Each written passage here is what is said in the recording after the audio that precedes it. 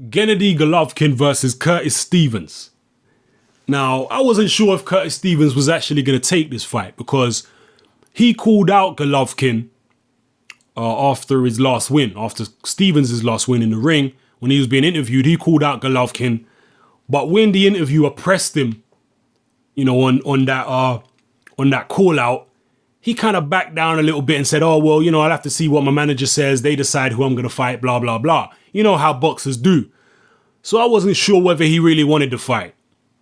But evidently he did want it. At this stage of his career, it's a gamble. And he's trying to cash in. He's trying to take his career to the next level. And he's hoping that fighting and beating a guy like Gennady Golovkin is going to get him where he wants to be. So, kudos to him for taking the fight. Golovkin himself, I know people love getting carried away in this sport of boxing. Golovkin himself is still relatively unproven. The best fighter on his resume is Matthew Macklin. Matthew Macklin, folks. I ain't dissing Macklin. He's a tough guy and all that, but he ain't one of the best guys in the world. Yeah, let's just make that clear. So Curtis Stevens is taking on an unproven fighter in Gennady Golovkin, but a guy who has a lot of potential, a guy who's knocking people out. And, the hype at the moment, the general consensus in boxing at the moment is that Gennady Golovkin is the uncrowned champion at the 160-pound middleweight division.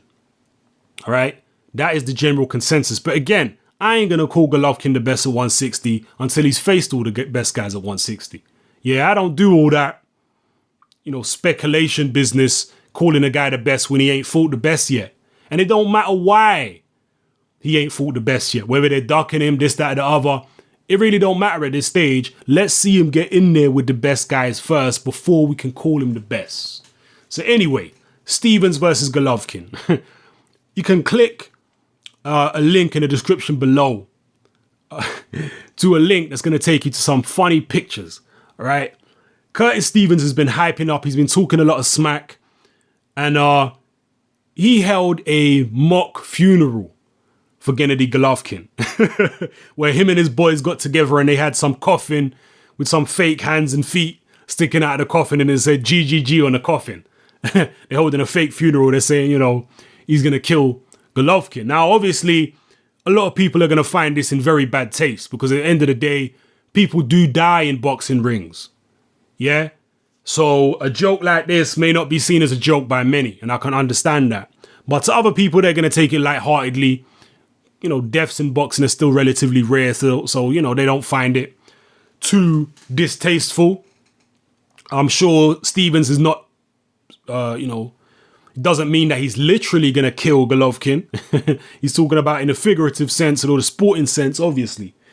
In terms of Stevens' bravado, I don't know, man. I don't know whether his boys are putting him up to this.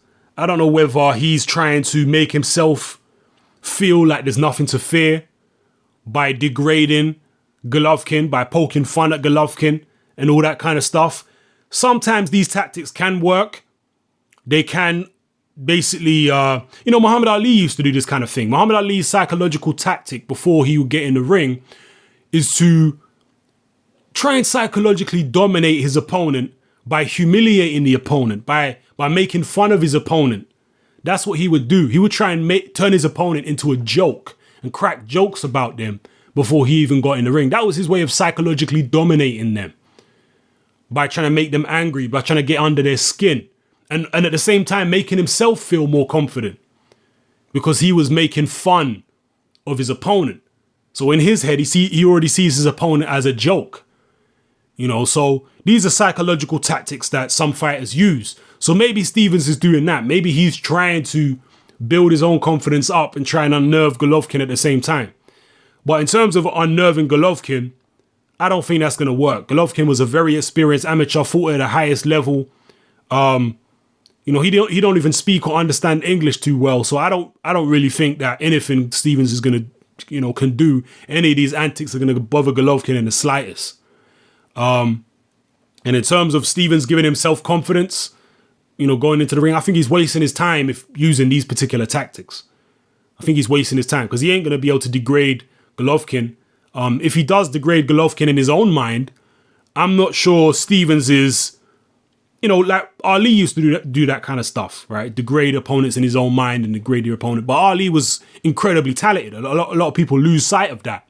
Ali was tall, pretty tall for his weight division at the time. Extremely fast, one of the fastest heavyweights of all time, if not the fastest heavyweight, definitely up there amongst them.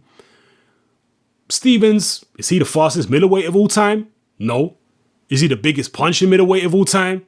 No. So, I'm not sure if these kind of tactics to make himself feel confident are the right tactics. End of the day, we're gonna find out when these two men get in the ring. If you've looked at the pictures by now in the link below, you'll realize that Stevens is a hell of a lot shorter than Golovkin. Golovkin ain't that tall. I think he's only around 5'10". But Stevens is very short. I think he's around 5'5", 5'6". He's a very short man for a middleweight. Obviously very short and powerful. Stevens can punch a little bit. Yeah, he can punch. But to me, he's not a spectacular puncher. Yeah, he's a decent puncher. And because he's short, he comes in at a very low angle and punching up at his opponent, he's able to get clear shots at their chin. That's one advantage of a guy like Stevens. He's able to see the gaps. A guy like Ishida, for example, found it difficult punching down on Golovkin to see the gaps. I'm not saying Ishida was a great fighter. He's obviously, borderline journeyman, but he wasn't able to see the gaps and get through cleanly punching down on Golovkin because all he was seeing was gloves and forehead. Whereas Stevens is coming from underneath Golovkin. Yeah? He's going to be able to see the gaps that Golovkin leaves in his defense and maybe get through with uppercuts or hooks and stuff like that. So it's going to be interesting to see how Golovkin deals with an opponent this short. That's going to be interesting. But this is not my official prediction, but, based on what I've seen of both of these fighters, I think Golovkin's going to be the favorite and rightfully so. Because Stevens really ain't done anything that I've seen which would suggest that he has the beating of Golovkin.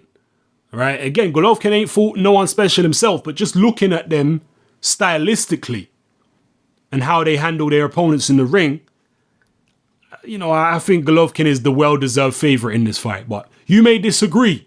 You may think that Curtis Stevens is likely to pull an upset in this fight. Again, like I said, it's going to be interesting to see how Golovkin deals with a guy who's so short.